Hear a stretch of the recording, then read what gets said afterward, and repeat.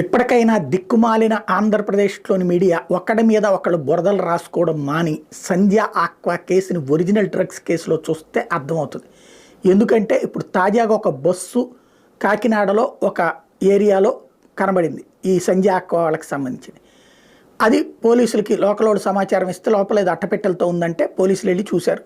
అది దాని నిండా అట్టపెట్టెల నిండా ఫైళ్ళు, ఎలక్ట్రానిక్ డివైజెస్ ఇవన్నీ ఉన్నాయి.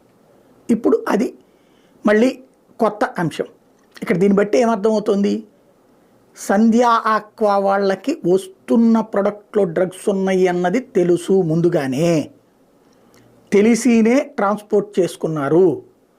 ఇక్కడికి వచ్చిన తర్వాత సిబిఐ ఎప్పుడైతే రంగంలోకి దిగిందో వెంటనే విచారణ జరుగుతుందని తెలుసు. వెంటనే వాళ్ళ సంస్థల్లో ఎక్కడెక్కడ రైడ్ జరుగుతాయో అక్కడ ఉన్నటువంటి డాక్యుమెంట్లన్నీ బయటికి తరలించేశారు. బస్సుల్లో పెట్టి వేరే చోట రోడ్డు పక్కన పార్క్ చేసి పడేశారు.